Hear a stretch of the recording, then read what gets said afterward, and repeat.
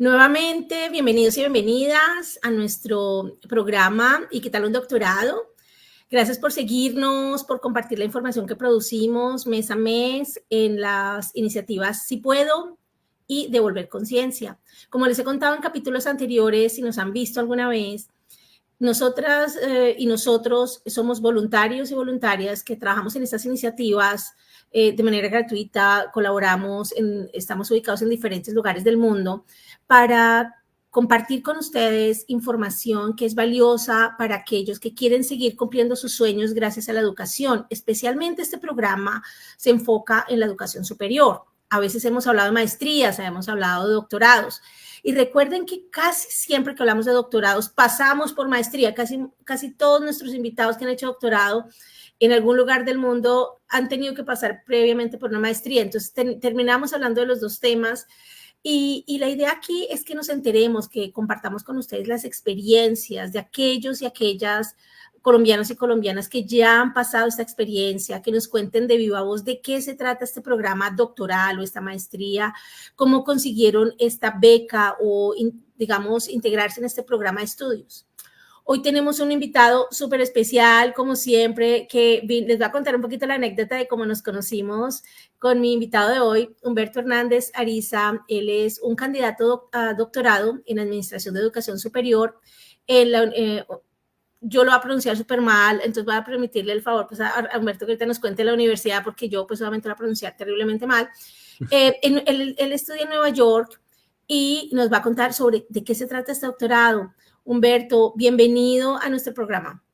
Carolina, muchas gracias. No, muchas gracias. Pues bastante feliz de estar aquí compartiendo mi historia con todos ustedes y aquellos que están live o que están claramente viendo esto en diferido. Así que nada, qué bueno compartir esa historia. No, como decías tú, mi nombre es Humberto Hernández, sí, nativo de Colombia. Eso sí, vivo aquí en Estados Unidos ya hace 10 años, pero no. De colombiano, muy de pura muy, cepa. muy colombiano. Sí, es 100% colombiano. No, bueno, cuéntanos un poquito sobre ti. Voy a romper nuestro y cuéntanos un poquito sobre ti, de dónde creciste y de dónde eres. Sí, no, yo crecí en Bogotá, nací en Bogotá y mi familia es originariamente de Barranquilla, pero ellos todos, mi abuelito era piloto, entonces él estaba como basado en Bogotá, entonces toda la familia voló, se quedó en Bogotá, entonces bueno, ahí nací y nosotros siempre vivíamos cerca como hacia el norte de la ciudad y bueno, ahí gracias a Dios me desenvolví toda mi infancia y también tuve la oportunidad obviamente pues de ahí hacer mi bachillerato y pues ya comenzar ahí mi universidad también cerca. Así fue mi historia en Bogotá. Bueno, muy bien. Bueno, yo les voy a contar un poquito cómo nos conocimos con Humberto. Es un poquito como acelerar la historia hacia el final, pero para contarles que nosotros... yo les he contado que yo soy una profesora de cátedra en algunas universidades, dicto clases de negocios y economía y digamos como que a veces dicto una clase por aquí en una universidad, a veces en otra, dependiendo de la demanda que hay cada semestre. Y este semestre estoy dictando una clase que es, digamos, relacionada con el tema de negocios internacionales en la Universidad de Southern New Hampshire, que es la universidad online más grande de los Estados Unidos. Entonces, cada vez que empezamos el semestre, hay una persona que nos coordina, como que toma el liderazgo para coordinar un grupo de las personas que somos instructores. Y cuando nos presentamos entre nosotros, vinimos a darnos cuenta que estábamos dos colombianos ahí sentados en el mismo grupo y así fue como me conocí con Humberto. Entonces, fíjense ustedes cómo es el mundo. Y así yo le dije, no, ¿cómo así? Que tú estás acá en tu clase, eres el candidato doctoral, te tengo una invitación. Y así fue como estamos aquí sentados. Sí. Bueno, Humberto, cuéntenos un poquito, bueno, estabas en Bogotá, tu familia, etcétera. Pero ¿cómo es ese tema de los estudios? Cuéntanos un poquito cómo fue tu relación con la vida académica desde que eras pequeño, qué te llamaba la atención en el colegio y cómo empezaste un poquito como a involucrarte con lo que estudiaste más adelante en tu carrera. Sí, bueno, no, te cuento que teníamos familia aquí en Arizona. Bueno, no aquí soy en Nueva York, pero aquí en Estados Unidos. Y siempre me había gustado mucho la idea de los idiomas. Me encantaba la idea de los idiomas, entonces... cuando mi tía Ade, le llamamos Ade, ella se llama Adelina, pero le llamamos tía Ade, ella siempre iba a Colombia, entonces siempre nos hablaba en inglés, entonces me encantaba ese tema de hablar de hablar, ¿no? De hablar diferentes idiomas. Entonces, una vez, bueno, ya más cerca de completar ¿cómo se dice? Mi bachiller. Entonces, bueno, no, pues dije como quiero hacer algo que tenga que ver con inglés. Fue lo que me pensé. Pero dije, pero no sé si quiero estudiar lenguas porque dije como no sé cómo se ve esto en términos de mercado, ¿no? Y me di cuenta que comencé a pensar y dije como un momento, soy bastante, en ese sentido me comencé a dar cuenta que, bueno, que era un poco estratégico en términos de cómo yo mismo me iba a hacer como más como como marketero, ¿no? O sea, es decir, cómo me voy a perfilar en ese tipo de mercados. Entonces nunca pensé que iba a ser como un tipo de bachelor o un undergraduate o un pregrado Un pregrado, un sí. pregrado, un pregrado en lenguas, sino pensé que iba a ser algo más como de negocios. Mi familia, de hecho, tuvo siempre como un mercado, se podría decir, como eso que llamamos no una tienda de la esquina, pero como un pequeño supermercado, se podría decir. Sí. Y entonces ellos siempre fueron personas de negocio, entonces aprendí muy poquito respecto a contabilidad. Mi mamá era bastante buena en contabilidad, entonces dije como, me parece interesante. Nunca quise hacer como accounting, perdón, contabilidad, porque dije como, no sé, no tiene mucho que ver con idiomas, entonces, bueno, al fin y al cabo, más cercano ya a 11, cuando ya pensé más en como, ¿qué voy a hacer una vez me gradúe? Fue cuando dije como, bueno, me gustan los negocios, me gusta la parte internacional de los negocios y bueno, me di cuenta que también existía existe una específica, o sea, una carrera específica que se llamaba Administración de Negocios Internacionales. Y dije, bueno, me encanta, tiene todo lo que quiero, o sea, administración, negocios y la parte de las lenguas. Entonces, así fue como llegué a esa conclusión. Dije como, bueno, eso es lo que quiero estudiar y tal como lo pensé, dije, bueno, voy a mirar qué universidades ofrecen este tipo pues de oportunidad, ¿no? De carrera y pues así fue como comencé a aplicar a diferentes y una que me aceptó fue la Conrad Lorenz. Entonces ahí fue cuando estudié mi pregrado. Muy interesante. Sí. Bueno, porque además es una carrera que, gracias por promocionarla y comentar que existe, porque muchas veces nosotros visualizamos como las carreras más básicas, sobre todo en las ciudades pequeñas, a veces no tenemos acceso a estos programas, están de pronto programas en contabilidad o contaduría, o hay programas en administración de empresas, pero no está de pronto el tema de negocios internacionales. Y también vale la pena mencionar que no solo existe como carrera hoy en día, sino está muy disponible como especialización, como maestría, como doctorado. También es un tema Sí, una línea de trabajo lo en es. sí. Pero yo me di cuenta, leyendo tu perfil, que tú no solamente estudiaste una carrera, sino que estudiaste dos carreras. Sí. ¿Cómo es esto posible? O sea, entraste a la universidad y dijiste, bueno, de una voy a entrar a estudiar dos carreras, o fue algo que pasó en el camino. ¿Cómo llegaste a esta decisión? Sí, no, pasó cuando estaba en el camino. Algo que me di cuenta es que sí, cuando estaba tomando como mi tercer o cuarto semestre en administración, es que, o sea, tú puedes tener un excelente negocio, pero si no lo sabes promocionar, nada, o sea, no tienes nada. Entonces estaban enseñando mucho las raíces respecto a, o sea, digo raíces en términos de, sí, o sea, las fundaciones, ¿no? Los De fundamentos. los fundamentos de negocios 100% y dije como, bueno, esto es buenísimo. Pero dije como, hay algo que está faltando muchísimo y no sé si fue una falla en el currículum que había o pues que fue básicamente que no encontraba mucho la parte de promoción, especialmente lo que era como promoción en línea, ¿no? Que ya en ese entonces estaba comenzando a ver muchísimo más por aquello de Amazon y todo esto. Entonces dije como, algo está faltando. Entonces dije como, ¿qué materias existen que pueda yo tomar como electivas que me puedan llevar hacia quizá, que me puedan llevar a aprender más de esto? Al inicio yo no sabía, yo tengo que decir, eso es como un atajo, se podría decir, así que comparto el tip. Comencé a usar todas mis electivas, o sea, en la universidad normalmente tú puedes tomar electivas como para tomar como, no sé, cultura o dibujo o like canto, cosas así raras. Entonces yo dije como, no, en vez de usar esas que son como canto y cultura y cosas así, yo dije, voy a tomar esas que son en marketing, en mercadeo. Y bueno, pues comencé a tomarlas así, ya al fin y al cabo llevaba como 5 ya lectivas y me dijo una vez, entonces yo una vez me encontré una profesora de marketing en una de mis últimas clases en mi pregrado Y me dijo, oye, pero tú ya tomaste todas esas clases en marketing, porque, o sea, yo le estaba hablando y dije como, no, yo ya sé lo que está hablando ella, esto sí, yo como que hablaba mucho con ella. Entonces ella me dijo como, ¿y tú por qué no te haces por qué no haces la otra carrera si ya completaste casi la mitad de las otras clases? Yo dije, Sí. hey, no lo había pensado, no lo había pensado así. Entonces, básicamente así fue, o sea, dije como, yo le pregunté a la gente como de registro, dije como, he tomado estas clases, ¿cuánto tiempo más sería si quiero completar mi otro pregrado? Y me dijeron, serían como 2 semestres más. Y yo, ok. Eran como 6, 7 clases, no, como 6, 7 clases más. Y yo, bueno, pues tal parece que puedo hacer algo como esto. Entonces, así fue, casi fue un atajo, se podría decir, porque estaba pagando por un programa, pero realmente estaba pagando por un programa y medio. O sea, sí, usando las selectivas. Sí.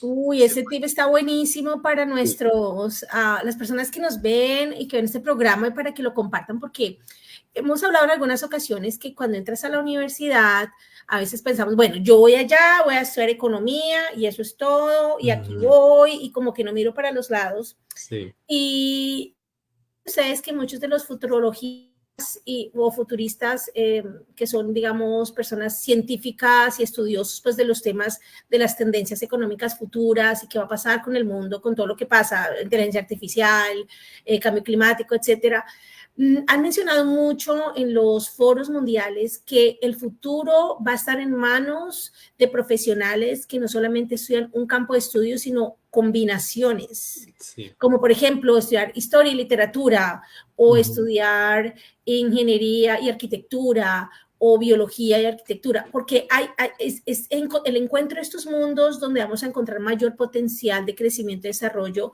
de la humanidad en el futuro, es lo que necesitamos. Entonces, esto es un claro ejemplo de algo que, digamos, adelantándose a las tendencias mundiales, aquí Humberto nos invita, es a veces en la practicidad se puede hacer, y yo sé que de pronto implica más costo, sin duda alguna, porque es un año más de costos para la familia, para ti. En el caso mío que yo les he contado, yo estoy con apoyo del ICETEX, pues tendría que haber pensado muy bien, bueno, me extiendo aquí. En el caso mío, por ejemplo, diferente a Humberto, era cuando yo estudié economía en la Universidad de los Andes, lo que terminaba pasando es que si tenía un buen promedio, el último semestre mío podía ser el primero de la maestría. Y solo tuve que dedicarle un año más a esa maestría y terminé graduada con la carrera y la maestría también. Entonces fue como que hice algo parecido, pero salí con una profundización en economía en particular. Pero si me hubieran ofrecido algo como lo de Humberto, me hubiera parecido también encantador, porque es un complemento y no es mucho más, no es que son 10 años de estudio, sino que utilizas, cada carrera tiene unas selectivas y las puedes usar sabiamente para hacer esas combinaciones. Muy bien. Pero pasando pues a otros temas, bueno, entonces cuéntanos de esa experiencia de estudiar 2 carreras. Es realmente muy pesado, al final ya estás que no da más, o sea, o la disfrutaste, y por ejemplo también si nos puedes contar un poco cómo fue el tema de graduarse con los 2, o sea, ¿te toca hacer un proyecto conjunto o 2 proyectos separados? Sí, pues sí, no, fue siempre, pues, siempre un poquitico, toca ponerle esfuerzo, ¿no? Disciplina, eso sí es verdad. Lo que yo diría es que, o sea, al principio yo comencé estudiando en la jornada de la mañana hasta, hasta el semestre número 6, porque yo dije como un momento, estoy aprendiendo todo esto y entonces voy a salir de esto y yo que entonces que no sé nada porque estuve, o sea, no sé nada, no, sé muchas cosas pero no las he aplicado. Entonces yo dije como, o sea, tengo que decir, ¿no? Tengo que decir, o sea, algo interesante de la experiencia en la universidad es que tú conoces personas, sales, ¿verdad? Como que comienzas a expandir tu núcleo de amigos, conoces a otras personas, te invitan a muchas cosas, ¿no? O sea, tanto cosas intelectualmente estimulantes como a bailar, ¿no? Algo así, o sea, de todos rangos, cosas diferentes, todos rangos como y todo es bueno, grupos, todas las invitaciones son buenas. todo bueno. Entonces, no, o sea, buenísimo. Entonces, eso, yo dije como, bueno, o sea, estudiar en la mañana me daba la oportunidad de todo esto, ¿no? Hacer de todas diferentes cosas. Pero entonces, creo que fue en el semestre número 7, 6 o 7, si no estoy mal, dije como, no, tengo que poner este conocimiento en uso. Entonces, conseguí un trabajo. Yo conseguir un trabajo significa que obviamente voy a estar haciendo mi 8 a 5, ¿no? Mi 8 a 5, más en la noche tengo que estudiar. Entonces dije, ¿cómo vamos a ver cómo va a ser eso?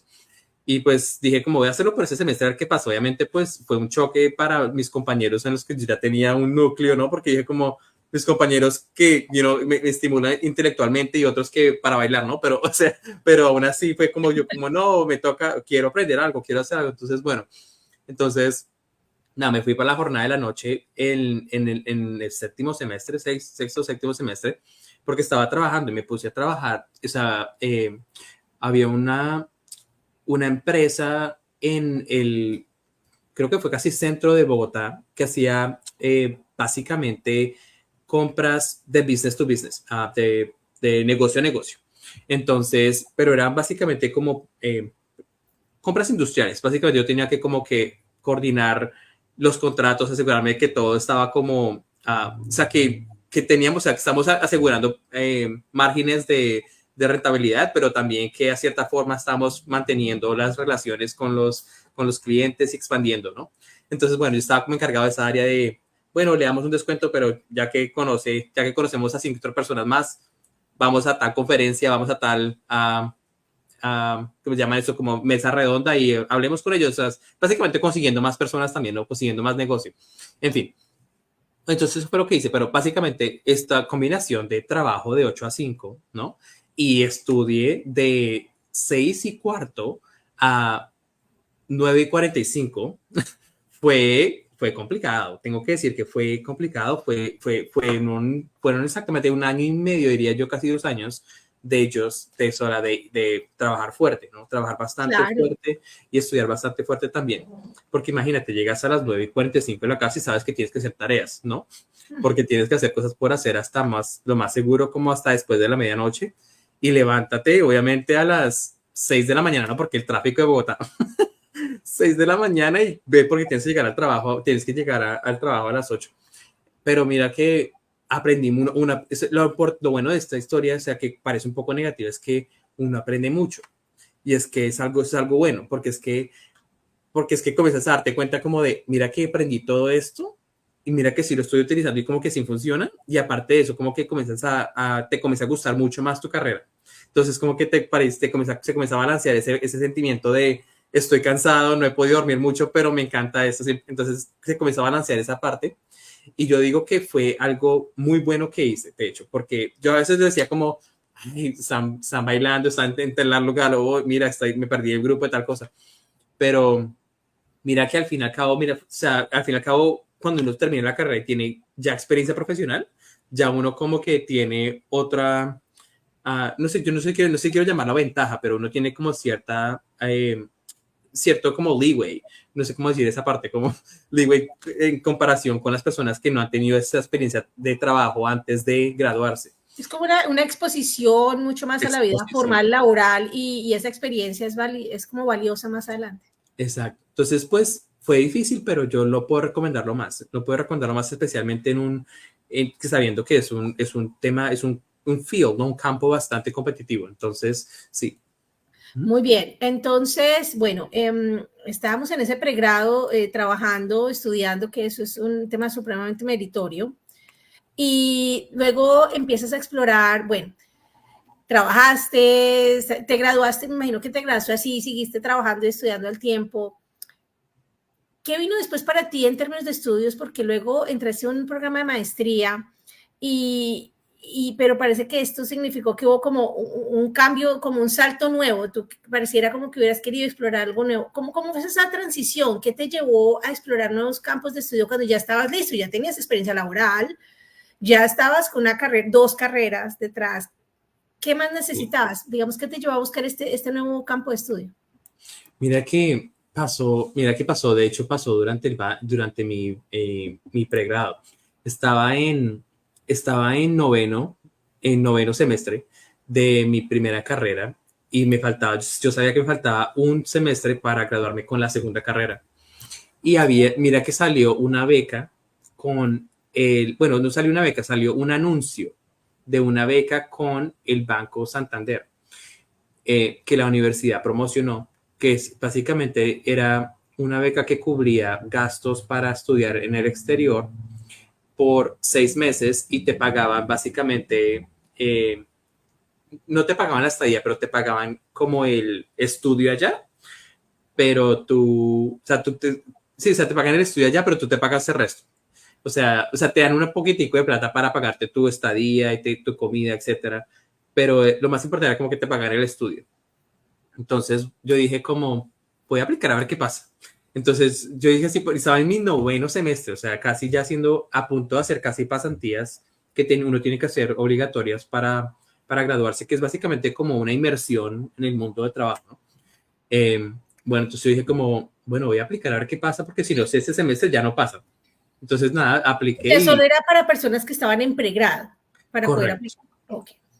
Y entonces yo dije, bueno, vamos a ver qué va a ser la persona que está en pregrado. Entonces apliqué y era básicamente personas que por promedio académico, la persona que tuviera como el mayor problema académico era la persona que era como más beneficiada. Y era por carrera, o sea, había una beca para, digamos, psicología, una para ingeniería, otro para la otra ingeniería, administración de negocios, mercadeo. Entonces yo apliqué para negocios. Y de los aplicantes, mira que todo el estudio que le puse me funcionó porque al fin y al cabo o sea, terminé ganándome esa beca para irme podía elegir en qué país quería ir, pero créanlo o no, terminé yendo a Perú. ¿Cómo Terminé así? yendo, sí, tú dirás, pero ¿cómo así? O sea, yo sé, entonces no sé, te voy a contar la historia porque es que eso me lleva a la maestría. Entonces todavía no anunciamos esta maestría, dejémosla ahí quietica. O sea, de ahí me fui sí, básicamente, o sea, me fui para Perú básicamente a terminar mi pregrado allá. Y bueno, estudié y también trabajé en mi pregrado en Perú porque tenía que hacer pasantías, pero hice pasantías en Perú también. Bueno, básicamente, por eso decirte que ahí conocí a la que es actualmente mi esposa. O sea, te voy a decir, yo sé que es un poquitico extraño, pero así fue como No, pasó. O sea, pero bueno, es una historia muy bienvenida porque es lo que queremos contar. O sea, las cosas tampoco sí, aparecen lineales y no, no perfectas. lo No, son. no. Exactamente, imagínate, me tuve que ir para Perú a conocer la que hoy actualmente es mi esposa. Mi esposa, ella estudiaba aquí en una universidad cerca aquí en Buffalo, Nueva York, que se llama Canisius University, Universidad de Canisius. Y bueno, ella se fue a estudiar 6 meses a Perú, pero no por beca ni nada, sino que se fue a estudiar.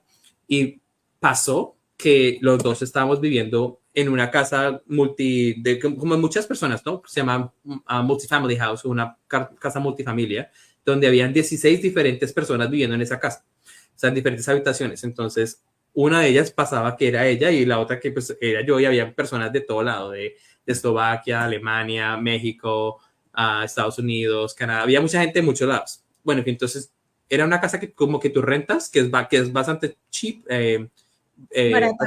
barata, pero tú puedes vivir ahí y comer y todo lo que es, en fin. Entonces eso hice porque sabía que era súper carísimo, obviamente, también conseguir algo por mí solo, ¿no? Para quedarme en Perú por 6 meses, en fin. Bueno, entonces ahí la conocí y 6 meses más tarde, después de obviamente estar dating o estar conociéndonos, Saliendo juntos. Ajá. saliendo juntos, entonces pues, bueno, nada, las cosas se dieron de que hicimos relación a distancia por 1 año y medio. Créalo o no, o sea, créalo o no. Tanto fue que o sea, yo fui a Estados Unidos a visitarla muchas veces, ella vino a Colombia a visitarme muchas veces.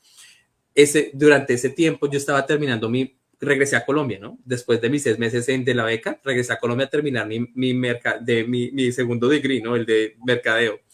Y ella pues vino obviamente para mi graduación, yo en ese entonces estaba viniendo aquí a Estados Unidos a visitarla, todo eso, pero yo ya estaba trabajando en Colombia.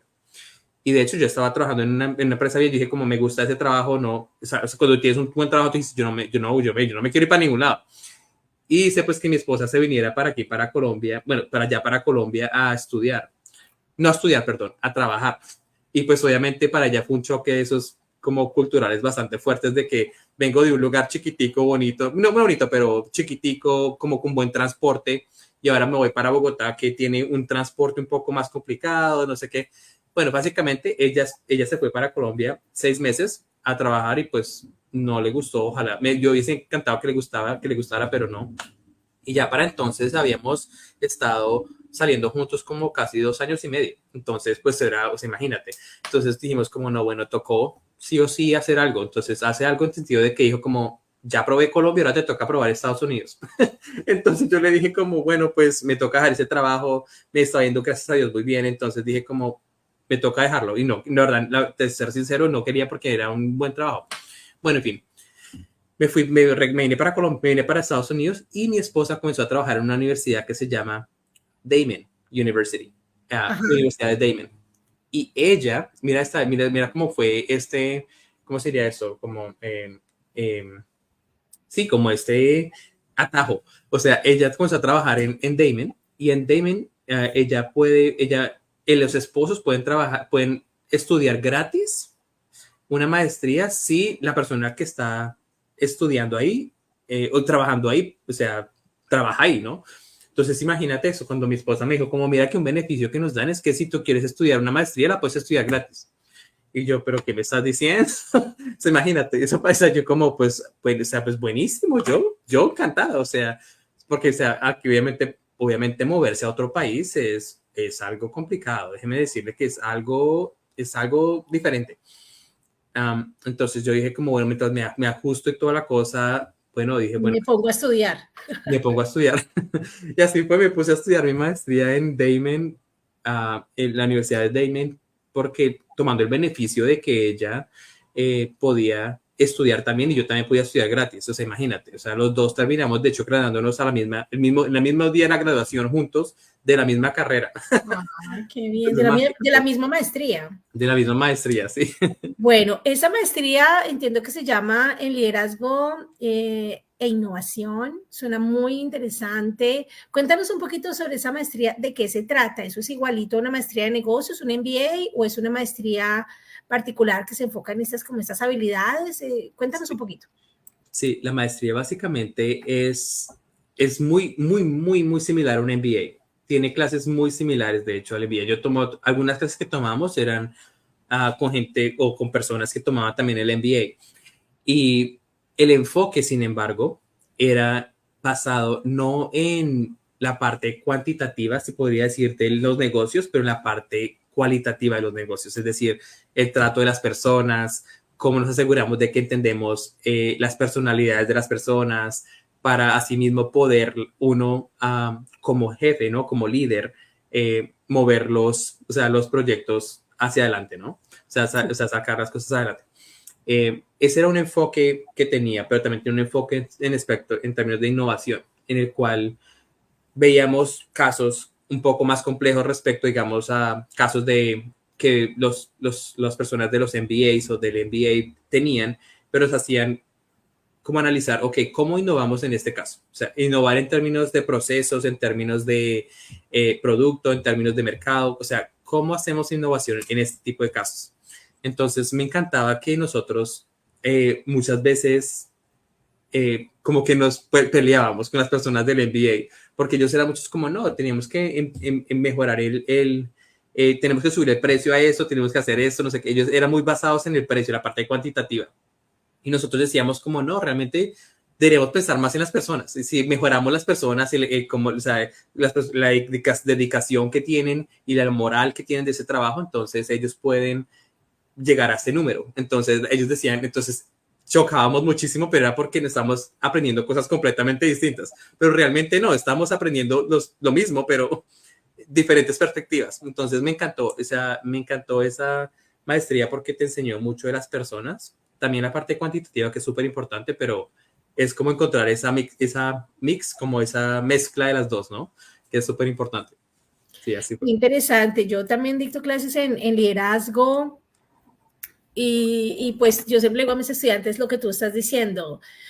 Cuando tú quieres corregir el precio o dices, no, es que la razón del problema de esta compañía, por ejemplo, es que están bajando las utilidades, esa no es la razón del problema, esa es la consecuencia. Sí, Ya exacto. ir a arreglar el problema de una compañía a punta de cortar costos, y eso es una medida de muy corto plazo.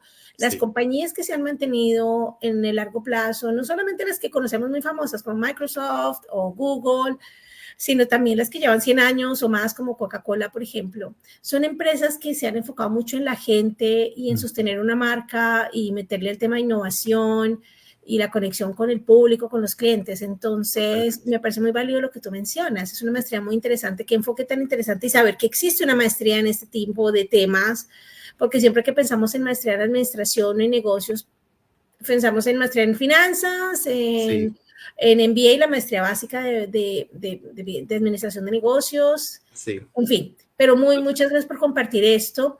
¿Y cuánto se demora una persona, digamos, regularmente tomando una maestría de esta tipología? Para que nos cuentes un poco, ya que estamos hablando aquí de los programas de maestría y doctorado.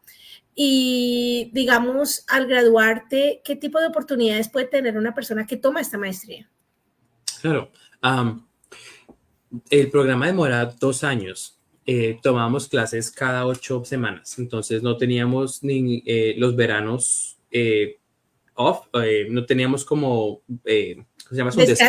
Un descanso durante los veranos, sino era como cada 8 semanas tú tenías una clase diferente, lo cual me pareció muy bien porque ibas aprendiendo cada vez. Al culminar en la maestría, lo cierto es que tú aprendes a entender un problema de una forma holística. Se dice holística, ¿verdad? Sí, como desde todas las perspectivas, queremos decir, como que ves un problema desde todas las posibilidades. Sí, que a veces que se me cruzan los... Aquí te vamos ayudando porque tenemos inglés. Sí, no, también es bueno que nuestro público practique un poquito de inglés, entonces no te preocupes. Eso está perfecto. Sí, entonces, cuando tú ya tienes como esa visión de poder ver un problema y ver desde muchísimos ángulos cómo atacarlo, es decir, cualitativamente o cuantitativamente, tú te das cuenta que ya tú puedes aplicar ese tipo de posiciones que pueden requerir un director, una persona que tiene que tomar decisiones importantes, es decir, respecto a algún tipo de producto o programa, y se sabe que tú tienes que cuando te pregunten cómo tratarías o qué harías en ese tipo de caso cuando pasa esto. Ellos cuando ya es esa perspectiva de cualitativa, cuantitativa y como que le haces esa perspectiva de bastante amplia, ellos es cuando te dan cuenta como de, ok, muy bien, esa persona entiende holísticamente cómo podemos atacar ese tipo de problema.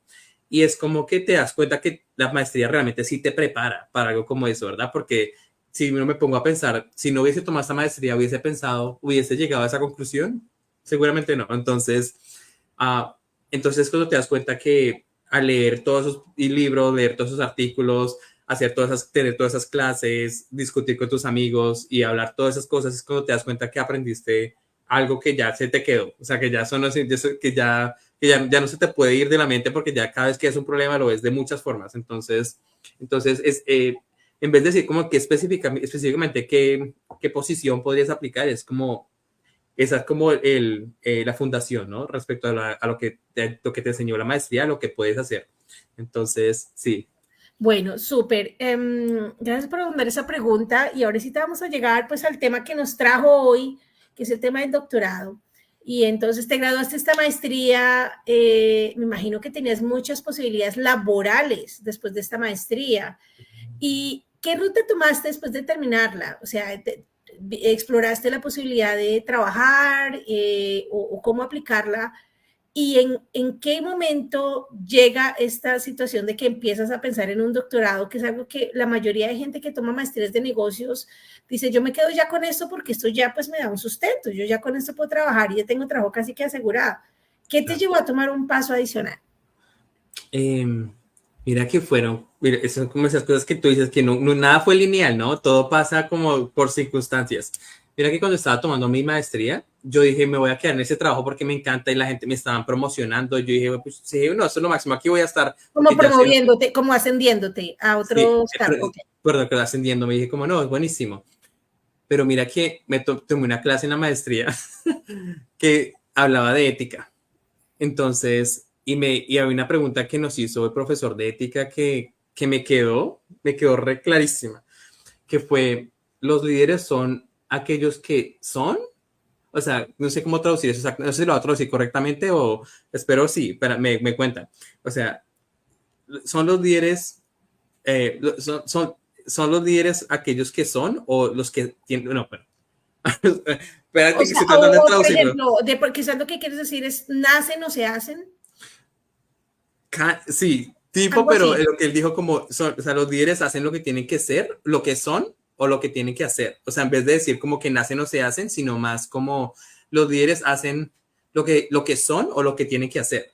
En vez de decir si son si nacen o no nacen, no, es como más los líderes hacen lo que tienen que, lo que son o los líderes hacen lo que hacen. ¿Sí me entienden? Entonces me puse a reflexionar en lo que le estaba diciendo y me di cuenta que en mi trabajo, la persona que yo era no estaba, no estaba ayudando realmente a esas personas. Entonces yo estaba haciendo algo por hacerlo en vez de porque era algo que yo era. Entonces, es Es decir, te como, pues cuento. sí, trato de como traducírtelo un poco más para que sea Sí, más claro para el porfa, sí. público. Lo que yo te entiendo es un poco, hay dos tipos de, lo llamamos líderes en el campo del liderazgo, y unos son líderes y otros son gerentes. Se llama leaderships, leaders and managers. Y los Sí, gerentes se les clasifica como el tipo de personas. No es que no puedas ser líder si eres gerente, sino que te dedicas sí, a la ejecución, a cumplir las metas. Y hay gerentes que son muy buenos en eso, o sea, eso no demerita. sí. Simplemente que vas y haces a lo que te comprometiste, ayudas a que la organización cumpla las metas. Pero un líder establece metas, establece sueños, trae su propio ser a la organización y la lleva como a soñar y a llegar a un nivel mucho más alto. Y no se enfoca en el día a día. Hay líderes que son mucho más avanzados, que unen los dos campos y pueden ponerse un día la camiseta de líder, la camiseta de gerente, y un día están soñando y al segundo están ejecutando, y pueden hacer las dos cosas. No quiere decir que no las puedas hacer, pero creo que es algo así lo que te entiendo, Algo en el así. sentido que estoy trayendo como mis propias ideales y aportándole a los demás y ayudando a que la organización crezca, o estoy enfocándome en la meta y en la tarea diaria. Quizás no sé si Sí, traduje sí. apropiadamente. No, tiene sentido. Te cuento exactamente la razón por la cual dije como aquí no es. Te digo, y porque, digamos, esa clase me cambió tanto. Estaba trabajando ahí, ¿verdad? Pero yo estaba trabajando como entrenador corporativo. O sea, básicamente yo tenía que, para entonces era para una empresa de, se dice en inglés, The Blind Association of Western New York, como la Asociación de Ciegos de Nueva York. Y básicamente yo ayudaba a personas que eran ciegas a obtener trabajos, pero yo los entrenaba para que ellos tuvieran trabajos corporativos. Uh -huh. Pero mira que mira el catch, ¿cómo se dice eso? ¿Cómo se dice eso? Sí, no sé, Eh, como lo que te atrajo, lo que como lo que llegó a tu mente. exacto, mira lo que pasó. Y es que lo que pasó fue que yo estaba entrenando a esas personas para estudiar, para básicamente hacer trabajos corporativos, ¿no? Pero me di cuenta que las empresas a las cuales yo estaba, uh, que yo estaba como contactando para decir como, hey, look, como, hey, mira, tengo esta persona que es súper buenísima, tiene excelentes habilidades, pasa que es ciega, pero tiene todas esas habilidades, puede hacer todo esto con tecnologías de asistencia, y las personas y las empresas eran como, no, eso sí, es persona ciega, no. O sea, como que estaba, o sea, como que cada vez como que me daba un golpe más de que yo, no, en serio, los entrenamos muy bien, están listos para un trabajo corporativo. Y ellos como cada vez cerrando las puertas a esas personas. Creaban barreras para este tipo de Creaban comunidad. personas para este tipo de personas. Y le dije a mi misma administración, le dije, de hecho, yo reportaba directamente a la vicepresidenta y a la presidenta. Y yo le decía, pero mira, decía, hay algo importante que tenemos que hacer aquí y es, tenemos que entrenarlos en la parte de Excel fuertísimo. Porque si no, o sea, no van a poder, o sea, estamos dejándolos en desventaja y la gente me pregunta como, bueno, ¿y cuál es su proficiencia en Excel? Y yo es como, no es buena, entonces, o sea, o ellos no se sabían desenvolver muy bien en esas pruebas, entonces no pasaban. Entonces, cuando yo dije eso, ellos decían como, no, dejemos que ellos hagan los trabajos que son más como de baja categoría, porque igualmente nos pagan cada vez, mira, se importó que me dijeron, nos pagan cada vez que los ponemos o sea, a las empresas le pagaban porque Por contratar a una replace them. persona ciega, o sea, por contratarla recibían como un beneficio del gobierno. Exacto. Entonces, no, porque nosotros estábamos encontrándoles trabajos a esas personas ciegas, independientemente de qué trabajo era, ellos, el gobierno nos pagaba. Entonces, cuando yo escuché, cuando yo escuché que decían como, no, pues tú asegúrate que el trabajo así sea el peorcito, tú los pones. Ahí es cuando yo dije, cuando me tomé esa clase de tú eres, o sea, tú haces como líder, tú haces lo que eres o lo que haces. Yo dije, como yo no soy esta persona que quiere que estas personas no tengan éxito. Yo dije, yo no puedo, o sea, yo sí puedo, o sea, sí puedo decirle como te consigo ese primer trabajo en servicio al cliente y lo consigues en 2 minutos y ya me pagan y los pagan. Yo no podía hacer eso, o sea, yo podía hacerlo, pero nunca en la vida eso me estaba conflictando, o sea, pues es eso. Entonces tenías como un conflicto interno al Conflicto decir, interno, como ético, al decir, no, no ético, solamente quiero fuertísimo. buscarles cualquier cosa. Fuertísimo. Entonces ahí fue cuando dije como no puedo hacer esto, o sea, no puedo. Entonces decidí, obviamente, pues no seguir con, o sea, seguir con esta empresa. Y al no seguir con esta empresa, mira que cosas pasan, ¿no? Y ahí, como te digo, las cosas nunca son lineales. Llegué a trabajar a una universidad y a la universidad que de hecho era la competencia de la empresa, de la universidad de mi esposa. Y al trabajar ahí, esa universidad tenía otro beneficio diferente, que era que si tú trabajabas ahí más de 2 años, tú puedes estudiar tu doctorado gratis. Imagínate. Entonces, yo dije como, mira, yo me puse o sea, pues obviamente trabajar ahí. Y mira que yo nunca dije como, voy a hacer mi doctorado, ¿no? Yo nunca dije, día 1 de contratación, estoy seguro que quiero hacer mi doctorado. Nunca. Fue cuando yo estaba comenzando a trabajar con facultad y me di cuenta que ellos son personas Con profesores, digamos, con los miembros de la facultad de donde estabas. correctos profesores y yo me di cuenta que había gente extremadamente brillante, muy inteligente. Y yo les preguntaba, ¿y tú cómo llegaste a esta conclusión? Y yo decía, no, yo hice bastante investigación. Yo hice mucha investigación en este campo. Yo solamente me baso en artículos que son peer review, no sé cómo es esto. Son evaluados de manera científica, artículos Científica. científicos. Y yo decía, qué chévere aprender de esa gente porque estaba aprendiendo muchísimo de ellos. Entonces dije, qué rico. Entonces una vez una profesora me dijo como, Humberto, tú como que tienes excelentes ideas, pero necesitas más como las evidence-based practices, como las prácticas de evidencia, ¿se llaman? Sí, que Basadas en evidencia. como poder hacer aplicaciones de conocimiento basados en la evidencia científica. Evidencia científica. Y yo dije O como sea, que mejor medio, dicho, un tema que perdona, te voy a interrumpir aquí un segundo no, dale, solamente dale. para aclarar eso, y es Sí, que sí, una cosa que yo le digo mucho a los estudiantes, que además tenemos en común los mismos estudiantes, sí. y es, una cosa es tu opinión, es muy bienvenida como estudiante, me encanta tu opinión, pero cuando ya estamos en el mundo académico tienes que, digamos, soportar esas ideas, Total. apoyarlas con evidencia. Y la Evidencia. evidencia a nivel de pregrado, a nivel de maestría, de pronto va subiendo hasta que llegas al doctorado. Entonces, en un Total. nivel de pregrado en tu carrera, pues simplemente lee qué hay en un libro, lee unas fuentes sólidas y cítalas al final como unas referencias. Pero cuando ya estamos hablando de doctorado, ya significa que tú eres el que está yendo a conocer esa evidencia de primera mano con experimentos o con análisis de datos, etcétera. Total. Entonces, creo a eso es a lo que se está refiriendo Humberto, y es que quiere producir opiniones que no son solo basadas en, pues hoy me levanté como con ganas de que me parezca muy chévere Sí, la sí. administración y me parece que aplica muy bien para las comunidades. No, no se trata de lo que siento, lo que me parece, sino la evidencia demuestra que este tipo de conocimiento aplica a esta comunidad, etcétera. Entonces, a eso es a lo que se refiere Humberto. Adelante. No, no tienes toda la razón. Eso fue, así tal como lo explicaste, así fue. Dije como, y ahí cuando me llegó el bombillo, dije como, oye, mira que sí, o sea, tengo muchísimas ideas, pero muchas veces hay que solidificarlas en ciencia, ¿no? En ciencia, en evidencia.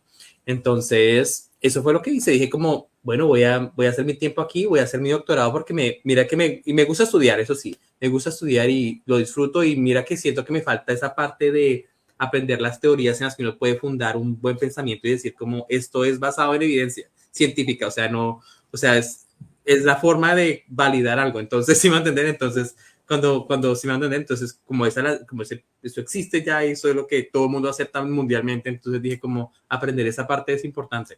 Y así fue como llegué a la conclusión de hacer el doctorado. Muy, muy, muy interesante porque, mira, aquí lo que hemos descubierto en nuestros episodios, en donde hemos tenido neurocientíficos, matemáticos, hemos pasado por tantos campos de estudio, nos hemos dado cuenta que no todos llegamos al doctorado de la misma manera. Y yo pues que he llegado y he dicho que no todavía al doctorado, sigo haciendo puras maestrías, pero no todos llegamos de la misma manera ni al tiempo y no es un camino lineal. Y por ejemplo, fíjense ustedes que Humberto aquí empezó con negocios internacionales y mercadeo y luego pasó al tema de liderazgo, innovación y luego ahora entró a otro campo que es el que nos vas a contar y es cómo llegaste a este campo tan interesante de administración de educación superior, porque venías como por una línea, o sea, te hemos visto andar como por el mundo de los negocios, de la administración, como por algunos lados. ¿Cómo fue que llegaste a este mundo de voy a estudiar esto en educación superior? Mira que hay muchas correlaciones y intersecciones respecto a lo que yo hacía en término corporativo a lo que se hace en el mundo de la educación superior. Yo, por ejemplo, hacía o sea, como un corporate trainer o un entrenador corporativo. Lo que yo hacía básicamente era usar la ciencia de aprendizaje para incrementar el ROI, ¿cómo se dice eso en español? El ROI. La posibilidad de aceptación de este grupo en el mundo laboral. Exacto, del ROI de los productos. Entonces dije como, tengo que hacer lo mismo, pero para estudiantes. Entonces, era básicamente transferible 100%. Entonces, cuando me puse a trabajar en esto, yo comencé como lo que llaman ellos un diseñador instruccional, lo cual lo que yo hacía era usar todas esas teorías de aprendizaje para asegurarme que los estudiantes retienen información y por lo tanto se pueden graduar y por lo tanto las universidades pueden tener toda esa plata, ¿verdad? O sea, del estudiante que se queda, como que me va a que se gradúa, etc. Entonces estaba haciendo casi lo mismo de negocios y mercadeo en cierta forma, pero en términos de cursos, ¿verdad? O sea, el curso que la persona va a tomar tiene que ser extremadamente engaging, ¿cómo se dice esto? Como que está, atrae, digamos, como mantiene al estudiante interesado en el curso hasta entonces que no termina. De cierta forma lo vi como una estrategia de mercadeo, porque tienes que mantener tu producto atractivo, ¿verdad? O sea, tu clase atractiva, y ahí usé muchas, de hecho, creo que sí, de hecho, hasta me puse a pensar mucho, sí, ahora que me pongo a hacer la correlación, hay muchas partes que se relacionan con la ciencia de la Neurocognitive Science of Learning, no sé cómo decir eso, como la Neurocognitive Science of Learning. Eso es como, bueno, eso se llama como, bueno, traduzcámoslo aquí entre nosotros. Es que es difícil. Es como la ciencia de aprendizaje a partir de, digamos, como de la neurocognitivo, ¿no es cierto? Entendiendo un poco cómo el cerebro funciona, que lo hemos estado aquí en dos invitados que hemos tenido en doctorados de neurociencias, cómo funciona el cerebro, cómo aprende realmente en los humanos y tratar de llegar por el lado más científico a conectarse. Exactamente. Hacía lo mismo yo en marketing cuando uno aprende, digamos, las clases de neuromarketing. Estaba haciendo lo mismo, pero en un curso en vez de un producto. Entonces me di cuenta que hay muchas correlaciones. Y pues mira que comencé a hacer las cosas de esa forma y nada, aprendí muchísimo más del término de administración y todo esto hasta el punto en que pues ahora soy el director de diseño instruccional y de aprendizaje en línea. Y pues ahora estoy haciendo eso en la universidad y pues obviamente expandiendo esa estrategia de online, pero fue todo realmente está todo muy correlacionado con lo que estaba haciendo antes. Así es. Sí, porque es que a la hora, la verdad, hay algo, bueno, hacer mi cuña, ya saben, a mí me encanta hacer las cuñas aquí, y una de las cosas de los temas que más me gustan y me apasionan es el mercadeo. Y yo le digo a mis estudiantes mucho, el mercadeo es todo y todo es mercadeo. Porque entonces, el mercadeo es pues sí, claro, para vender zapatos en Amazon o en una tienda, yo no. O diseñar el letrero del negocio. Eso no es mercadeo, no es solo eso. Mercadeo realmente es entender el otro lado, quién está comprando mi producto, quién es mi cliente. Y fíjate que muchas veces yo a un cliente no le estoy vendiendo productos, solamente servicios, le estoy vendiendo ideas. El conocimiento también es algo que le estamos entregando a un público que son estudiantes, o cuando estamos montando negocios, somos emprendedores y estamos vendiendo una idea, se la estamos vendiendo a un inversionista o a un banco. Entonces, realmente mercadearse, también podemos mercadearnos nosotros mismos, la forma en que hablamos, está creando una imagen en los demás, la manera en que escribimos un correo electrónico o texteamos, si somos muy informales y usamos un lenguaje muy poco académico, esa es la imagen que la gente va a tener de nosotros. Está bien si lo hacemos con nuestros amigos, pero no con nuestros profesores. Entonces, todo esto te lleva a pensar que mercadear es vender ideas, es conectarse con otros y transmitir algo, o porque un producto es bueno, porque un servicio es valioso, porque una idea vale la pena. Entonces, en este caso, lo que quiero, digamos, como interpretar de lo que nos cuenta hoy Humberto es que tratar de vender un producto o un servicio no está tan lejos como nos imaginaríamos de la idea de promocionar o vender un tema de conocimiento, transmitir esas enseñanzas.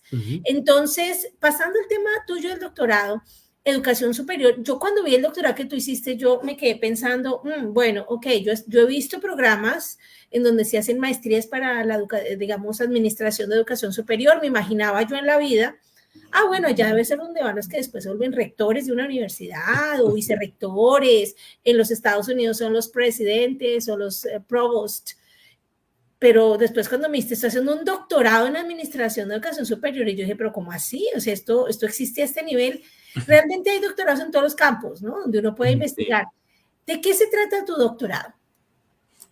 El doctorado de Administración de Educación Superior es básicamente un doctorado que te ayuda a entender educación, no solamente desde un complejo, digamos, no solamente en términos de aprendizaje, ¿no? Porque sí es una parte importante de la educación superior que los estudiantes aprendan, pero otra parte importante es, ¿puede el estudiante acceder a la educación? Y entonces, o sea, antes de que el estudiante pueda estar al frente del curso, ¿puede el estudiante como saltar esa barrera de puedo acceder a educación? Esa es la parte como importante en la cual el doctorado realmente se está enfocando mucho, o se enfocó mucho, y es que obviamente gubernamentalmente, ¿no? Hay muchísimas formas, es que puedo hablar de esto por siempre, entonces yo voy a hacerlo más, voy a hacerlo muy rápido, pues uno puede hablar de esto de muchas formas. O sea, gubernamentalmente las políticas que existen que restringen o no a un estudiante de X categoría para acceder a educación superior, ¿verdad? ¿Cuáles oportunidades existen? Entonces uno comienza a ver no solamente la parte organizacional, ¿verdad? Que puede permitir que un estudiante pueda graduarse o no, sino también uno comienza a ver la parte local, ¿verdad? Local, del Estado, federal, ¿verdad? En ese caso, en Estados Unidos federal. ¿Cuáles son todas esas políticas que existen, ¿verdad? Que están ahorita en motion, ¿cómo se dice eso? Como en movimiento, movimiento. Que se aplican, que están, digamos, vigentes. Exacto, están vigentes o que están a punto de ser vigentes, ¿no? O que están a punto de expirarse también, ¿no? Que pueden asegurarse que las personas a las cuales tú estás haciendo este mercadeo, ¿verdad? Son las personas que al fin y al cabo van a poder acceder a esa educación. Entonces comienzas a mirar todo desde el término gubernamental, pues a ver todo el término de la institución, mucha parte, o sea, en términos de cómo funciona, ¿verdad? Cómo te aseguras de que tu institución es relevante, ¿verdad? Tiene programas que son académicamente relevantes, pues comienzas a mirar obviamente la parte del aprendizaje y al fin y al cabo te comienzas a dar cuenta que existen KPIs, ¿cómo se dice? Como indicadores de desempeño claves que, digamos, se utilizan mucho en el gerenciamiento. ¿Cuáles son los indicadores que nos van a servir para medir si un programa efectivamente tiene el impacto deseado o me sirven para medir, ¿no? Para darme cuenta si la cosa sí está funcionando. Exacto. Entonces comenzamos, en ese doctorado lo que hace es eso, que por cada una de las cosas que he nombrado, comienza uno a leer muchísimo, porque es que es de leer demasiado. Uno lee demasiado. Nos hemos leído un libro hasta de historia, hasta el último artículo que salió respecto a, o sea, de todo, o sea, del aprendizaje o en términos de graduación o los rankings de la universidad, de muchísimas cosas. Entonces, es básicamente eso, uno comienza a aprender la parte más, desde la parte más fundamental hasta lo que llaman aquí el seminal piece of research, que es como la investigación pivotal, como el seminal, como la primera de todas que fue la que generó este boom. Hasta como aquellas teorías que fueron los fundamentos para lo que conocemos hoy en día en un campo de estudio, ¿no? Como esas primeras teorías básicas. Exacto. Entonces, básicamente uno mira ¿cómo podemos asegurarnos, en términos generales, cómo podemos asegurarnos de que los estudiantes pueden acceder a educación, pueden ser retenidos en su educación, pueden disfrutar su educación, pueden graduarse en su educación y pueden obtener trabajos que son competitivamente integrados, lo cual les ayuda a ellos tener mejor social capital, ¿cómo se dice esto? Capital social. Exacto, mira, exacto, y social. Entonces, todo eso que acabo de nombrar, todo eso es nombrado en el doctorado y todo eso lo hablamos y lo estudiamos de forma muy, muy a detalle. Muy a profundidad. A profundidad. Bueno, entonces, dado que tu doctorado es un programa en el que, digamos, estudia tan en detalle todo como un poco como al estudiante, ¿no? Como casi que al público al que queremos llegar con nuestros programas y es ver qué los limita para entrar a estudiar un programa académico, qué los motiva y qué los mantiene o los aburre y de pronto dejan de estudiarlo. ¿Cuáles son los factores clave para que se gradúen? Y que otros estudiantes sigan llegando. Y también nos cuentas un poco que estudias en tu presentación, todo como los impactos de las políticas públicas de educación que tiene un país, por ejemplo, para determinar si esa política está llegándole al público determinado. Por ejemplo, ustedes han escuchado a algunos de nuestro público que están en ciudades pequeñas, en áreas rurales, que universidades públicas como la Universidad Nacional de Colombia, la Universidad del Valle, por ejemplo, tiene un porcentaje de sus cupos destinado a poblaciones en áreas rurales, en áreas, digamos, distantes de los centros urbanos para que puedan entrar a estas entidades educativas. Este tipo de doctorado, entonces, si te entendemos bien, Humberto, nos va a ayudar a entender si esas políticas realmente le están llegando a la población que queremos, si esa población se está beneficiando, si de pronto al poner las barreras o las metas muy altas para entrar, por ejemplo, con ICFES o, bueno, las pruebas Saber 11, entonces, ¿será que sí estamos permitiendo que este público entre? ¿Será que este público necesita un entrenamiento adicional para poder llegar a la par con aquellos que han venido de universidades o de colegios privados, etcétera? Entonces, me imagino que todos estos son como los temas que uno estudiaría en tu campo, que es un tema muy interesante. ¿Cómo es un doctorado en tu campo? ¿Todo el tiempo vas a estudiar materias? ¿Cuánto dura? ¿En qué etapa del doctorado te encuentras? Estoy en ya mi última parte de mi doctorado, es que es donde tú tienes que defender tu tesis, que es básicamente, tú tienes que con otros doctores, ya que son doctores, ellos leen tu investigación a profundidad. Ellos van a buscar hasta la última tilde. Bueno, no hay tildes en inglés, pero te van a buscar hasta el último punto, hasta asegurarte que, por dicho, son personas que te revisan absolutamente todo para asegurarte de que tú sabes, básicamente lo que tú sabes, o sea, pero que y también te presentas como un doctor, ¿no? Es que muchas formas. Ellos también dicen que ellos son como gatekeepers de la profesión. No sé cómo diría esa parte en español. Son como los cuidadores, quienes velan porque las personas que se van a llamar doctores en un campo académico realmente cumplan con los requisitos para ello. Exacto. Ellos son gente muy estricta, muy conocedora, pero muy estricta en asegurarse de que quien sea que se va a graduar es porque es bueno, algo así. Entonces, estoy en esa última fase en la cual tengo que presentar ahora mi tesis para decir, ok, ya por fin soy doctor, tienen que aceptar toda mi cosa, básicamente. Entonces, bueno, estoy en esa fase. Fueron casi 18, 19 clases, las cuales normalmente toman un semestre cada una. Tú normalmente puedes tomar 2 al mismo tiempo o 3 dependiendo de qué tanto volumen quisieras absorber ese semestre. Yo siempre tomaba de a dos a veces que fui como valiente, dije como, si me tomo otra vez este semestre, a ver qué pasa. Y bueno, pues normalmente tomaba de 2, entonces sí, son clases de mucha lectura más que nada, pero normalmente cada clase dura 6 meses y normalmente tomas 2 a cada 6 meses y bueno, ahí hasta cuando ya completas tu doctorado en 4 años. Bueno, ¿y solamente tomas clases o también, o sea, digamos, tú tienes que escribir una tesis, para esta tesis también la haces mientras tomas clases o algunos de los doctores, digamos, de los que hemos analizado y presentado aquí en nuestro programa, tienen clases durante los primeros 3 años, luego hay un examen que se llaman los exámenes de comprensivos, es decir, el examen que determina si puedes continuar en el doctorado y de ahí te dedicas única y exclusivamente como a la investigación en torno a tu disertación doctoral. ¿funciona de esta manera o hay alguna variación sobre ese modelo que hemos como estudiado acá? Sí, hay una variación, porque de hecho aquí en Estados Unidos hubo bueno, en un estado fue una ley, pero no voy a hablar de todo eso.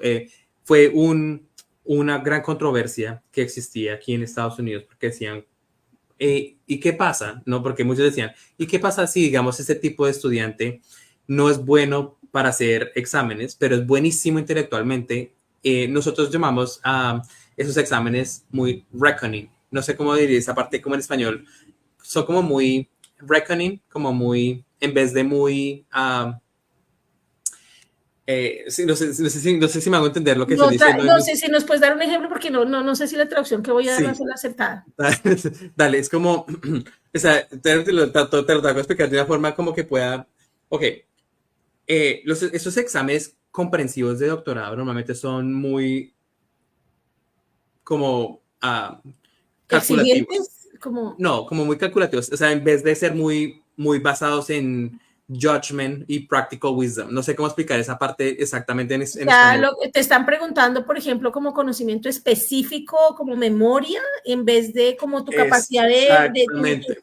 tu análisis crítico y tu juicio, tu conocimiento como más holístico, algo así. Exactamente, sí, exactamente. Entonces, lo que pasaba, hubo una gran controversia porque decían, bueno, ¿y qué pasa si esa persona no es muy buena a ese tipo de exámenes que son bastante reckoning o que son muy cuantitativos o que son muy, te Cuantitativo. memorizas esto y aprendes? Sí, entonces, en vez de decir como, pero mira que si, aún si no me aprendo esa fórmula, sé interpretar este problema de esta forma. Entonces, sí me van a entender, entonces como no estaba teniendo en cuenta esa parte de lo que llamamos nosotros practical wisdom o audacia práctica, no sé cómo, no sé, algo así. No, es como sabiduría y Sabiduría. conocimiento sobre un tema, Exacto. más que, digamos, como que, bueno, permíteme hacer una introspección como para Dale, clarificar. dale. Yo, primero que todo, recuerden que yo no he hecho un doctorado, pero convivo con mucha gente que hace doctorados, incluyendo mi esposo, entonces más o menos me sé toda esta historia. Y básicamente, digamos, los exámenes comprensivos son un examen, imagínense, no es un ICFES, pero es un examen que quiere saber si tú conoces toda la literatura Ujú, que existe en un campo de estudio, ¿cierto? Como la literatura principal. Y ujú. si tú eres capaz más adelante, lo mismo, volvemos a la idea de los argumentos basados en Exacto. evidencia científica. Entonces, como que tú no vas a salir a decir, bueno, todas las universidades deberían tener estudiantes de maestría que tengan al menos, conozcan otro idioma. ¿Y en qué basas que eso es necesario? ¿En qué basas que eso es importante o es Sí. único? ¿Sí? Entonces, no, pues es que me parece que eso es muy chévere. No, eso no sirve aquí. Entonces, volvemos a lo mismo. Entonces, un examen comprensivo en un doctorado lo que va a tratar es de demostrar, que tienes que demostrar que conoces la literatura que existe en torno a los temas de tu campo de estudio lo suficiente como para que puedas dar argumentos en torno a cualquier idea o debate que se dé en ese campo de estudio.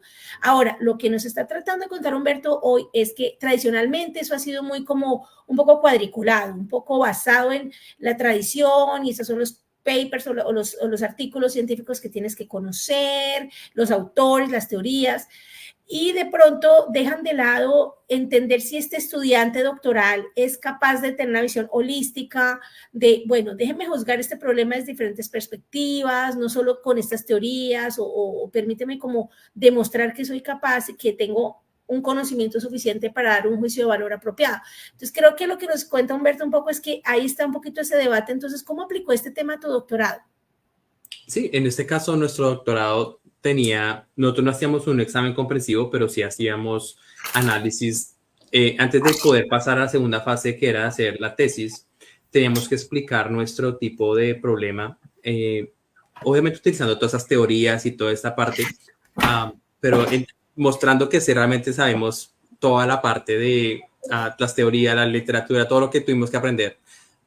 Pero en cierta forma fue aplicado a un problema que queremos solucionar en vez de decir, te recuerdas el año de publicación de este artículo y de qué se trata, cuando realmente puede que sea importante, pero si tú te sabes de qué significa, de qué es ese artículo, no significa, aun cuando no te sepas el nombre exacto del artículo, tú sabes de qué se trata. ¿Sí me van a entender? Entonces, esa es como la gran diferencia. Entonces, nosotros no tuvimos que hacer ese tipo de examen comprensivo. Así ¿Y es. cuál fue tu examen o cuál fue tu requisito para poder avanzar en el doctorado hacia la disertación? Fue el tener un problema, bueno, una tesis, un tópico de tesis ya aprobado y tener básicamente, tenerlo ya alineado a un problema que podemos solucionar. Entonces fue eso básicamente como el prerequisito. Ya. Bueno, entonces, dado que pues no tuviste que pasar como por todo ese tema del comprehensive, que hace, o sea, en sí me parece que es valioso, Sí, sí. porque también eso nos, o sea, nos rompe un poquito el miedo a aquellos que de pronto están siguiendo esos programas, que están pensando en tomar un estudio doctoral y dicen, es que todos los doctorados requieren el examen comprensivo, me tocó memorizarme todo. Por ejemplo, ese ha sido uno de mis miedos. Te confieso, Humberto, yo quisiera hacer el doctorado y a veces digo, ay, pero es que ese examen es tan duro, es que tengo que tomar tal examen, pero creo que también hay programas, y no solamente aquí en Estados Unidos, sino también en algunos en Europa, que hemos estudiado acá, donde es más esa tesis, es más esa demostración del trabajo que tú estás trayendo a la mesa y que está demostrando que tienes todo ese conocimiento y lo sabes aplicar para generar un argumento sólido y basado en evidencia científica, ya sé que las has encontrado con experimentos, con análisis de datos, en fin. Entonces, es creo que algo que te entiendo de aquí y me parece muy interesante. Entonces, tu disertación, ¿de qué se trata? O sea, digamos, cuéntanos en tu caso, en qué te has especializado dentro de tu doctorado y cuál es el requisito de tu graduación. ¿De qué se trata esa disertación? Mi disertación se trata de las intersecciones entre uh, pedagogías que son culturalmente sostenibles y University of Stanford Learning y diseño universal del diseño para ayudar a estudiantes que son de underrepresented backgrounds. Como digamos, de baja representación de comunidades que no están tan altamente representadas en una universidad. Y basado en esas O teorías de llamémoslos minorías para más fácil. minorías. Y utilizando esas teorías de las pedagogías culturalmente sostenibles y aprendizaje universal, ¿cómo podemos ayudar a que esas personas que son de minorías puedan realmente tener éxito en educación superior? Básicamente, para que como una preface súper pequeña, es que nos hemos dado cuenta que muchas personas que dejan la universidad son personas que son de minorías porque normalmente no se ven representados en el currículum, no se ven representados en muchas formas, de muchas formas, ¿verdad? Pero en general ha pasado que cuando están en clase, ¿verdad? Por ejemplo, ellos dicen como, culturalmente eso se ve diferente en mí, es decir, en mi perspectiva eso se ve diferente de cierta forma, he tenido tal experiencia, en mi cultura eso se ve de tal forma. Y decir al momento de que ellos comparten ese tipo de ideas que contrastan las ideas de lo que nosotros llamamos el mainstream, ¿no? Que es como, ¿cómo se diría esto? Como las ideas más conocidas por personas que han vivido y han nacido aquí. Entonces, esas personas son como, ok. O sea, como que esas personas comienzan a sentirse ignoradas, ¿verdad? Como que son outsiders. ¿Cómo se diría eso? Como que no. Y solo digamos que ahí lo que quieres decir, voy a volver a tratar como de Dale, reagrupar tus dale, ideas, dale. Sí, para hacerlo más fácil para sí, quienes no sí. conocen el idioma inglés. Dale. Y es que, digamos, en cierto sentido, lo que tratamos de hacer aquí es entender que hay minorías. Yo soy una minoría en los Estados Unidos porque soy de origen colombiano y estoy viviendo acá, entonces, digamos, a mí me ven como una minoría. Y cuando yo voy a mirar a los profesores que me dictarían un programa doctoral, puede que yo no encuentre nada de Colombia, puede que no encuentre nada de latino, puede que no encuentre ni siquiera personas que tengan un origen extranjero. Entonces, al entrar a las clases y yo estoy con otro estudiante que es de aquí, que es originario de acá, y esto puede pasar en cualquier país, no solamente en Estados Unidos, puede pasar en Colombia, puede pasar que todos son de estudiantes de Bogotá y una persona viene de Medellín, puede que estamos hablando que estamos sentados en España y de pronto hay estudiantes colombianos y los demás son de España, etcétera. Entonces van a estar más habituados al lenguaje, a la forma de decir las cosas. Incluso puede que muchos profesores, a mí me pasa mucho acá, voy a dar un ejemplo, a ver si de pronto esto representa lo que tú quieres decir. Cuando yo estoy con algunos profesores norteamericanos, ellos son muchos los ejemplos del fútbol americano. Y yo pues conozco, pregúntame por el fútbol nuestro, ¿cierto? Por lo que llaman aquí en Estados Unidos soccer, como el fútbol regular, para mí, para el que conocemos el resto del mundo de fútbol. Pero del fútbol americano, así yo intente entender el juego, hay una jerga, una comunicación que yo no puedo asimilar a lo que me están explicando porque realmente no lo entiendo. Entonces me pierdo pedazos de la historia. Algo así creo que es lo que Humberto nos quiere tratar. Sí, discúlpame si este ejemplo fue un poquito como raso y burdo, no es mi intención, pero creo que puede ayudar a los demás a entender un poco eso. Entonces, quizás eso es lo que tú estudias un poco y es como un estudiante que viene de una minoría o de un grupo que no es del mayoritario, cómo se siente cómodo y de pronto tiende a salirse, a decir, no me siento que aquí va a sobrevivir en este programa académico. Exactamente. Sí, tiene que dar mucho con el sentido de pertenencia, ¿verdad? Se sienten que yo realmente pertenezco aquí, a veces, y pues realmente es que hay muchísimos estudios que muestran que las razones principales por las cuales los estudiantes que son de minorías dejan la universidad es porque no sienten sentido de pertenencia en las universidades. Puede ser porque no ven profesores que sean de su propia, que tengan sus propios no, como backgrounds, ¿cómo se dice esto? Sí, como, digamos, como todo el bagaje cultural, bagaje histórico, bagaje étnico, similar. Exacto.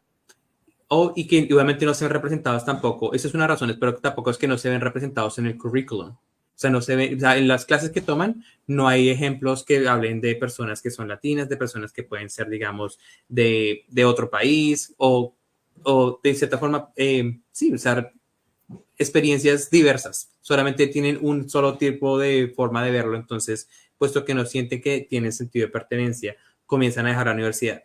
Y obviamente, al perder la universidad, cuesta 4 veces más obtener un estudiante que retenerlo. Entonces, imagínate la cantidad de dinero que se pierde en no poder retener a esos estudiantes cuando sabemos que realmente hay muchísimas formas en las cuales uno puede retener a un estudiante que puede ser culturalmente sostenible. Como digo yo, hay muchas teorías que hablan de ser culturalmente sostenible y asimismo poderlos ayudar a tener éxito en la educación superior. Entonces, eso es básicamente lo que las teorías que yo uso para ayudar a esos estudiantes a quedarse quedarse, obviamente, tener éxito, ¿no? En la educación superior. Así es. Muy interesante porque creo que hoy nos hemos conectado mucho contigo, con tu historia, Humberto, porque básicamente nosotros aquí en esta iniciativa que manejamos, bueno, las dos iniciativas, Se puede volver conciencia, justamente es lo que tratamos de hacer. Casualmente estamos tratando de romper esas barreras, de eliminar paradigmas y les recuerdo que aquí no queremos escuchar esas historias, es que, ay, como yo soy del campo, yo qué voy a poder estudiar. Es que como yo soy malo para el inglés, entonces yo no puedo hacer un doctorado. Es que mi familia no tiene plata, yo qué voy a poder hacer un doctorado, una maestría. Y eso no es verdad, porque si bien no es que todos tengamos las mismas oportunidades y estén pues enfrente ahí en la puerta de nuestra casa, nos toca ir a buscarlas. Y sí existen. Y hay casos en que hemos podido ir a estudiar maestrías en el exterior, en Colombia, doctorados. Hemos mostrado casos de personas que no tenían, o sea, en términos económicos, nada, y hoy en día tienen un doctorado en historia en países latinoamericanos, doctorado en biología en Europa. ¿Por qué? Porque alguien en el camino les dijo, ¿sabes qué? Tienes el talento, tú puedes, eres capaz. Lo más importante aquí no es que tengas los recursos y a veces ni siquiera el conocimiento, porque lo puedes adquirir, es que tengas la creencia, la convicción de que sí puedes lograrlo. Por eso nos llamamos Sí Puedo.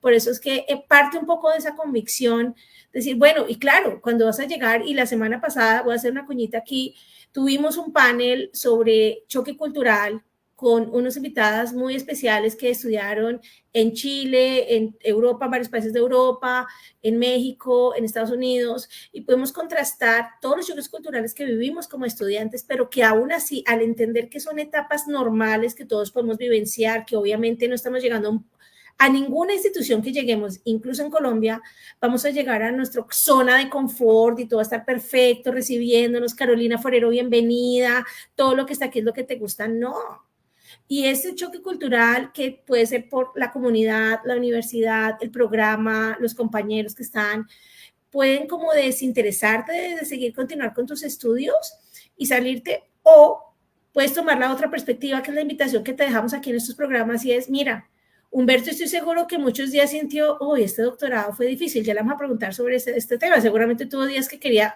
salirse de la maestría, del doctorado, de todo, pero decidió que quería continuar, y eso es lo que también queremos compartir, que todo no es color de rosa, no todos son arcoíris aquí, y realmente la experiencia es un reto.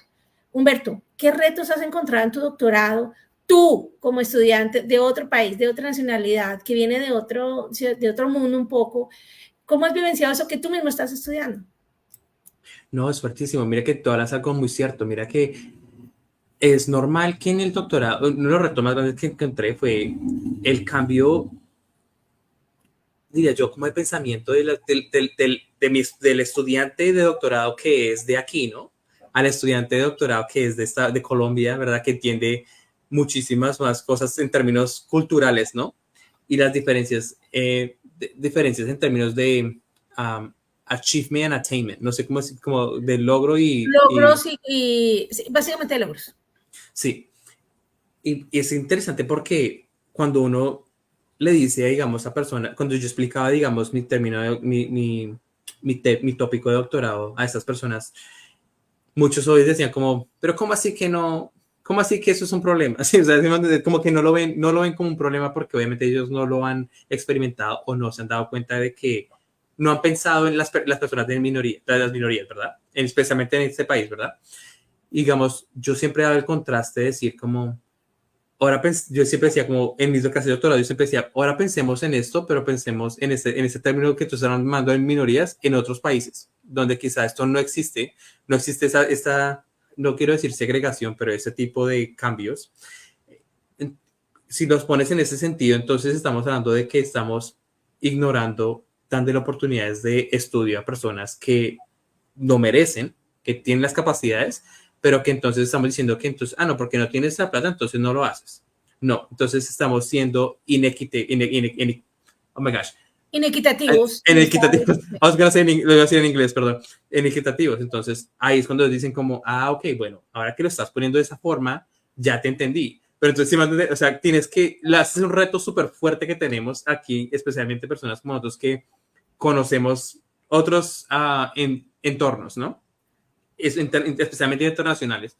Y decimos, creo que tienes un punto. O sea, yo siempre decía, yo siempre estaba como de acuerdo a lo que decían. Como tienes un punto, pero veámoslo de esta forma. Ellos, cuando les explicaba mi punto, ellos decían como, no, pero claro, o sea, yo nunca pensaba en eso porque como nosotros no tenemos el problema acá, entonces como que no se habían dado cuenta de muchas cosas. Entonces, eso fue uno de los retos más grandes, realmente a veces explicarse a uno mismo y darles a los otros a entender de la cantidad de diversidad que existe y en otros países incluso, y de esa forma pues poder uno sí hacerse entender. Entonces fueron los retos más grandes y pues claro que me llegó muchas veces de que dije como, oh por Dios, eso es mucho que leer, mucho que explicar, mucho que hacer, pero nada, perseverancia y disciplina. Sí, porque, bueno, me imagino que hay días que sí, que te desanima un poco el hecho de que, digamos, te sientas como el diferente, el que trae otra cultura, que trae otras expectativas a la mesa. Todos los días, en todos los lugares, podemos vivir tener estas vivencias, no solamente porque me fui a estudiar a otro país, puede, como les digo, pasar en digamos, nuestra misma ciudad, puede que cambié de universidad, que pasé del colegio a la universidad, que de pronto me tuve que ir de mi casa porque ya me fui a otra ciudad a estudiar, entonces, ese choque, ahora me siento diferente porque todos mis compañeros van a la casa a almorzar y yo soy el único que me quedo aquí almorzando en la universidad. Entonces, ese tipo de situaciones están en el día a día, entender que hay otras personas que no viven las mismas cosas que nosotros, pero eso no quiere decir que no podamos encontrar nuestro camino, nuestras comunidades, nuestros grupos. También hay grupos latinos dentro de las universidades, grupos colombianos, y esa comunidad, ese grupo, estar en contacto con nuestras raíces, con nuestras tradiciones, digamos, nuestros hábitos culturales nos permiten un poco como mantenernos a flote estando fuera de casa.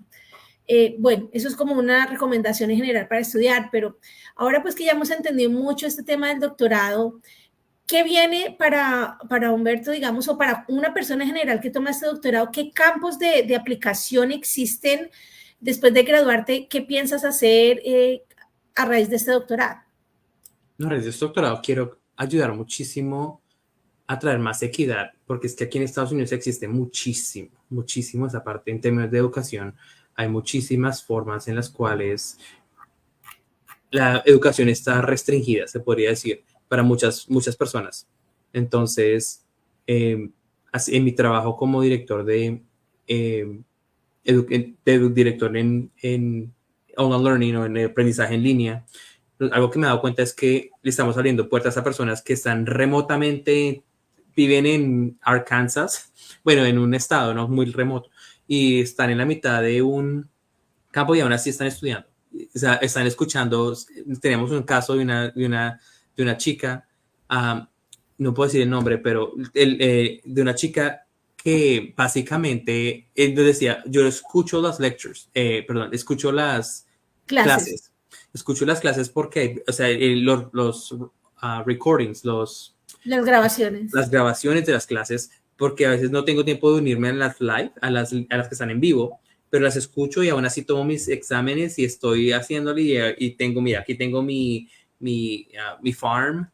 Dios, Mi granja. a veces no puedo, tengo mi finca, tengo mis 3 hijos, mi esposo trabaja y yo, si no fuera porque estoy así, estudiando en línea, no podría estudiar. Entonces, porque nunca podría ir a Búfalo a estudiar allá y dejar a mi familia, dejar aquí mi trabajo, que es sí, mi finca. Entonces, mira que algo que me da cuenta es que el aprendizaje en línea tiene esa oportunidad de poder seguir ayudando a personas que están remotas en muchos lados, ¿no? En muchas partes remotas, por decir.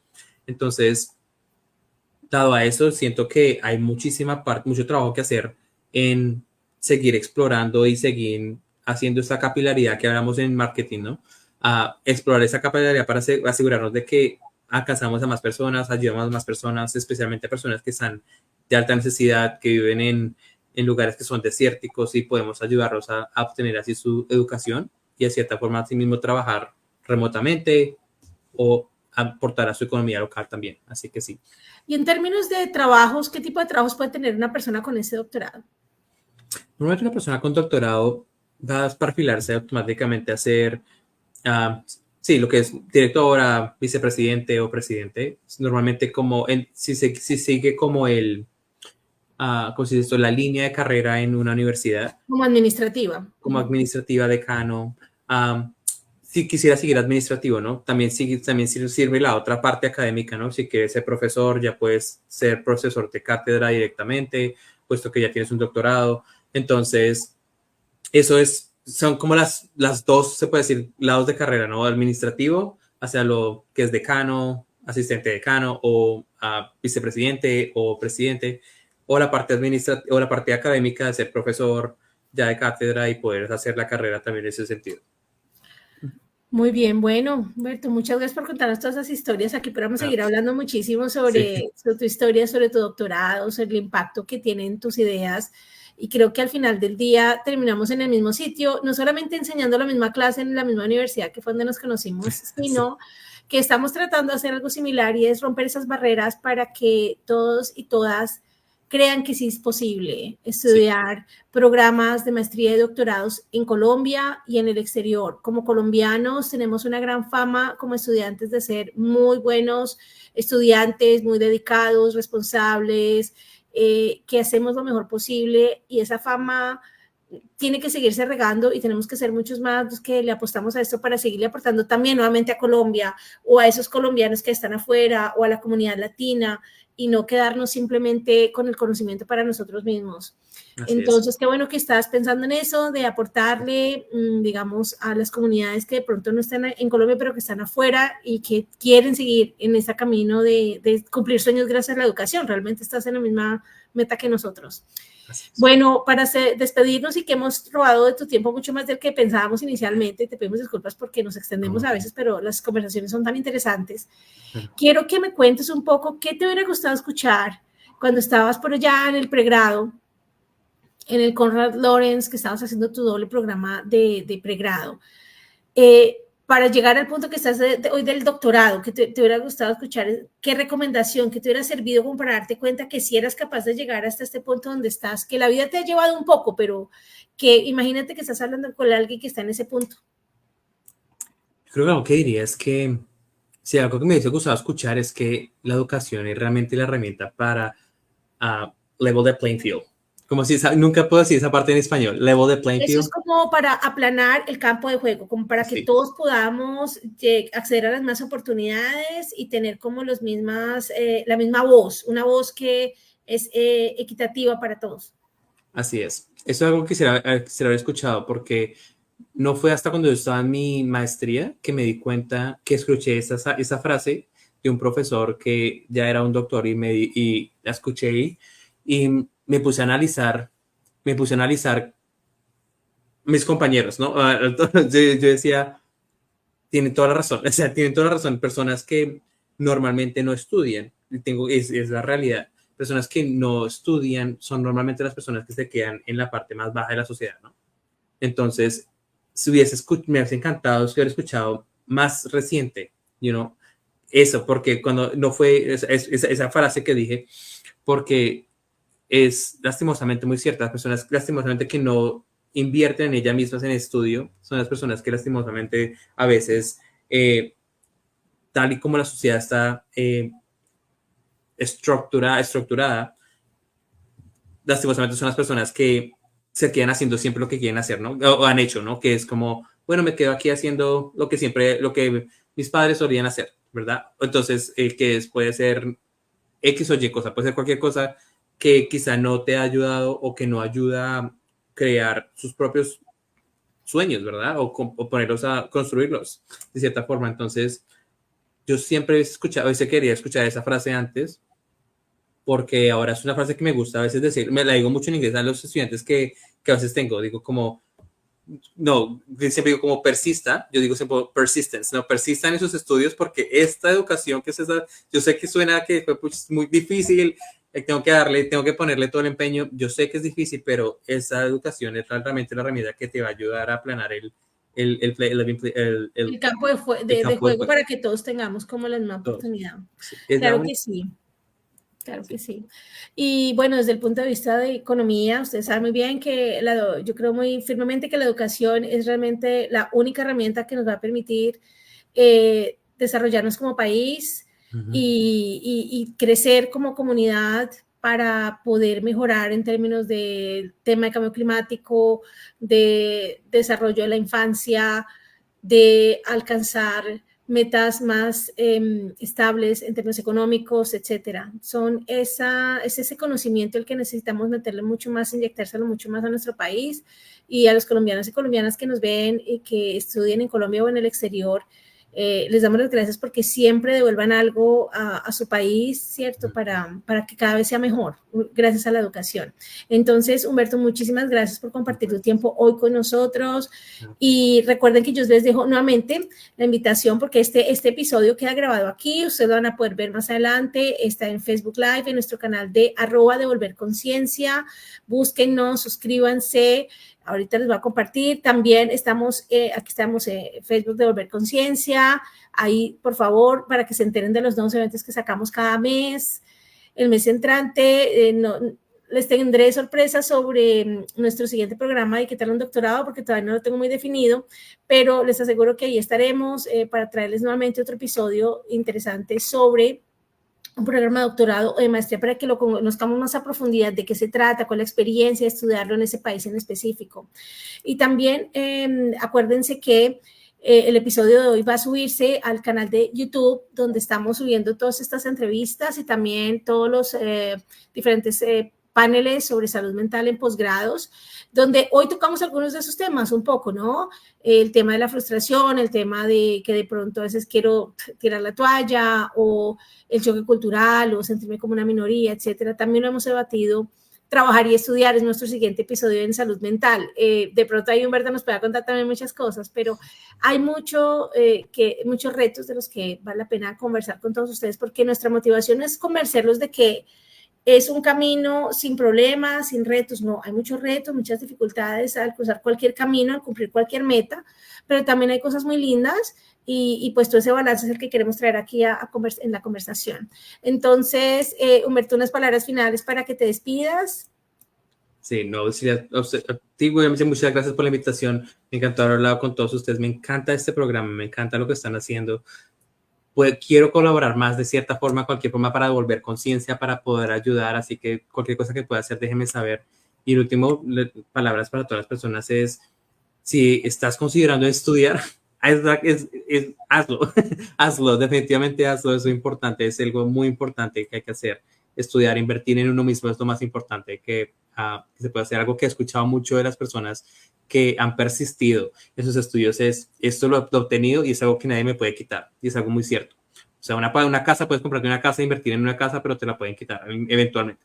Pero si tienes educación y es lo que tú has aprendido, no, nadie te lo puede quitar. Entonces, piénsenlo en esa forma y espero que todos realmente tengan esa persistencia para irse a toda con hacer su pregrado, posgrado, doctorado, postdoctorado, todo lo que quieran hacer, porque la verdad que educación es key para, como decía Carolina, ayudar en muchas formas el país. Entonces no hay formas, y ayudarte a ti mismo, ¿no? Entonces, mi mensaje es estudien.